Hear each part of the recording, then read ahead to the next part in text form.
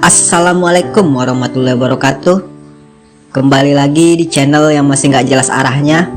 Kali ini gue mau membahas dan merangkum alur cerita sebuah film superhero Indonesia yang kembali diangkat di layar lebar, yaitu film Wiro Sableng, Kapak Maut Naga Geni 212, yang mana film ini dibintangi aktor-aktor kawakan Indonesia seperti Vino G. Bastian sebagai Wiro, Yayan Ruhian sebagai Mahes Sabirawa, Sherina Munaf sebagai Anggini, Faris Alfarizi sebagai Santiko atau Bujang Gila Tapak Sakti, dan Ruth Marini sebagai Sinto Gendeng, dan masih banyak lagi. Yang menarik dari film ini karena Indonesia bisa bekerja sama dengan 20th Century Fox, yang berarti film ini sudah masuk standar film Hollywood. Seperti apa rangkumannya? Tapi sebelumnya gue ingetin lagi ke kalian, kalau video ini mengandung spoiler, jadi yang belum nonton silahkan ditonton dulu ya. Kalau sudah, saatnya kita lanjut. Film diawali dengan diperlihatkan sekelompok pemberontak yang diketuai Mahes Sabirawa sedang menyerang sebuah desa bernama Jatiwalu. Kemudian Mahes Sabirawa sampai di sebuah rumah milik Rana Walang atau yang biasa dipanggil Raden, dan terjadilah pertempuran antara mereka. Anak Rana Walang bernama Wiro dan istrinya yang bernama Suci bersembunyi di rumah. Namun saat Rana Walang kalah, Suci memutuskan keluar untuk membantunya. Namun itu tak merubah apapun. Justru Rana Walang dan Suci malah tewas dibunuh Mahes Sabirawa. Wiro yang bersembunyi di rumah akhirnya ketahuan dan ditangkap. Kemudian rumah mereka dibakar, dan saat Wiro akan dilempar ke api, tiba-tiba ada seorang wanita tua yang menyelamatkan dia, dan dia adalah Sinto Gendeng.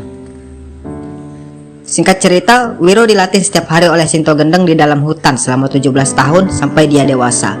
Semua jurus silat sudah diajarkan kepada Wiro, namun ada satu yang masih harus bisa didapatkan oleh Wiro, yaitu Kapak Maut Naga Geni 212, yang mana kapak ini bisa dimiliki jika memiliki hati yang bersih dan suci, dan juga atas keinginan kapaknya itu sendiri.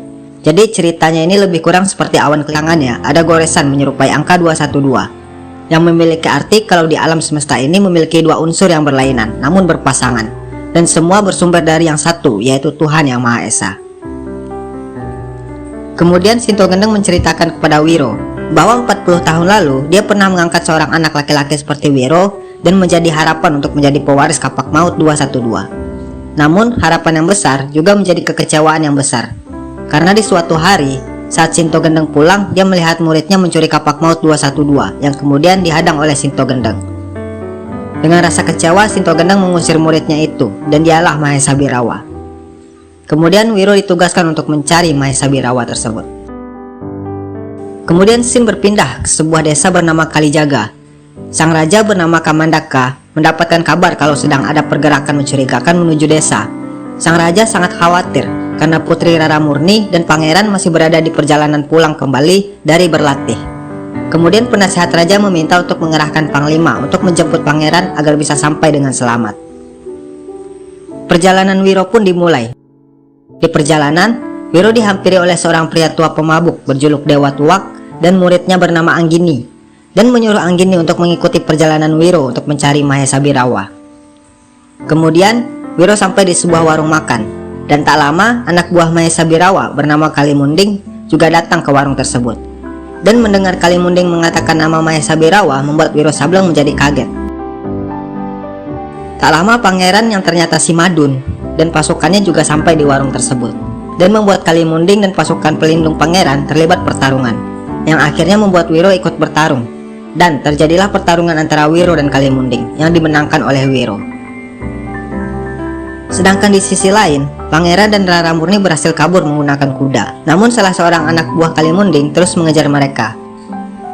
Kemudian Wiro pun ikut mengejar mereka, dan sampailah di sebuah hutan sunyi, dan di sana Wiro bertemu dengan Babe Cabita.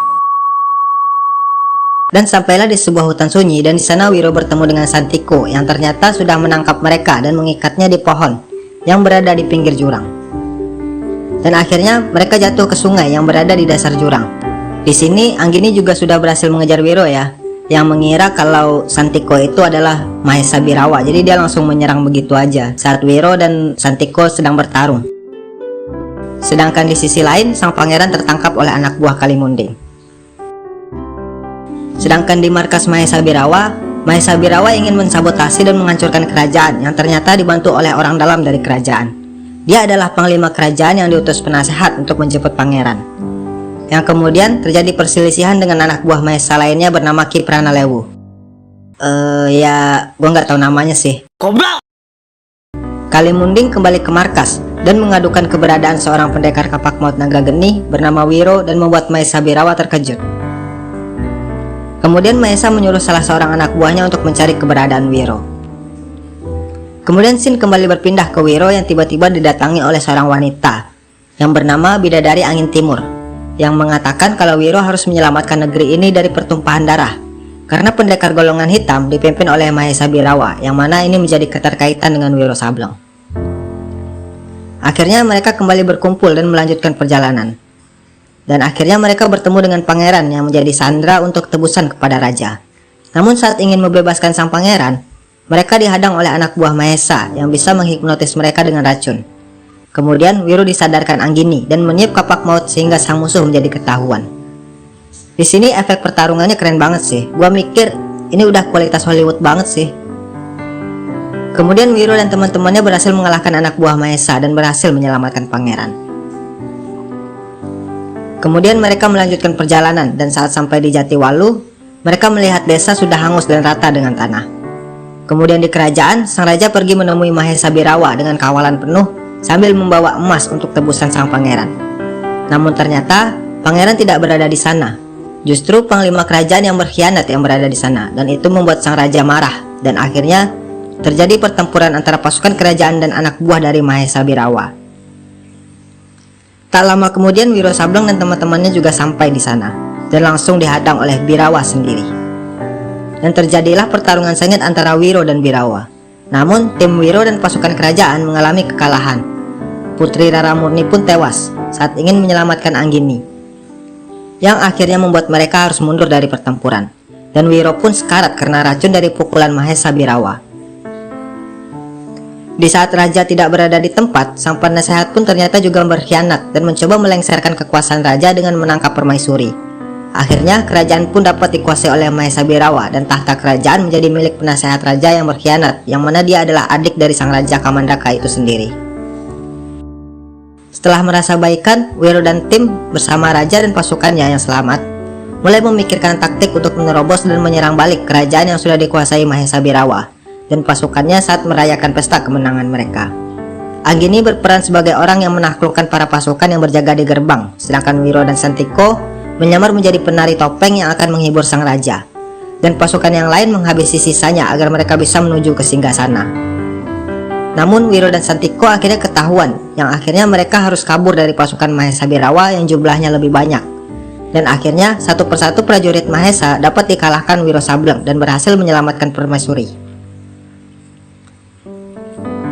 Kemudian mereka langsung mencari Mahesa dan yang lain ke singgasana. Dan mereka satu persatu menemukan musuh yang seimbang. Santiko bertarung melawan prajurit cambuk api. Dewa Tuak yang kebetulan datang juga bertarung melawan anak buah Mahesa yang lain. Anggini melawan Ki Pranalewu yang akhirnya dapat dikalahkan semua. Dan mereka berhasil masuk ke singgasana. Raja Kamandaka langsung mengejar adiknya Borkowali. Sedangkan Wiro harus bertarung 1 lawan 2 dengan Mahesa dan Kalimunding. Raja Kamandaka berhasil mengalahkan adiknya Borkowali, sedangkan Wiro Sableng akhirnya berhasil mengalahkan Kalimunding dan membuat Mahesa menjadi was-was.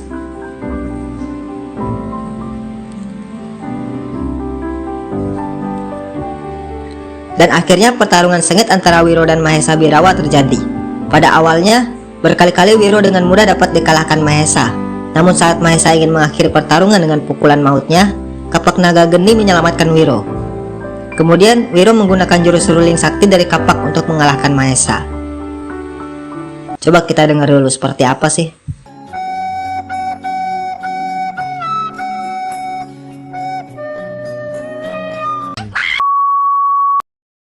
Karena Wiro Sableng berhasil memberikan feedback, Mahesa menjadi semakin marah. Dan berkali-kali Wiro mencoba namun tetap kalah. Akhirnya Anggini dan Santiko datang untuk membantu Wiro. Dan dengan sekali tebasan, Mahesa pun tewas di tangan Wiro.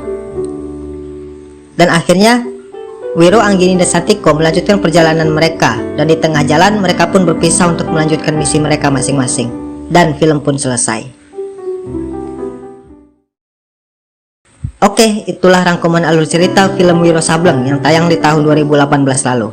Bagaimana menurut kalian? Kalau menurut gua, film-film Indonesia udah bisa diakui dunia kalau dilihat dari segi cerita, visual, dan efek nih.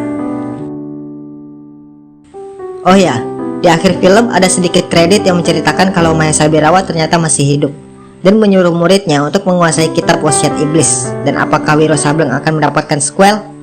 Kita nantikan saja gimana ke depannya.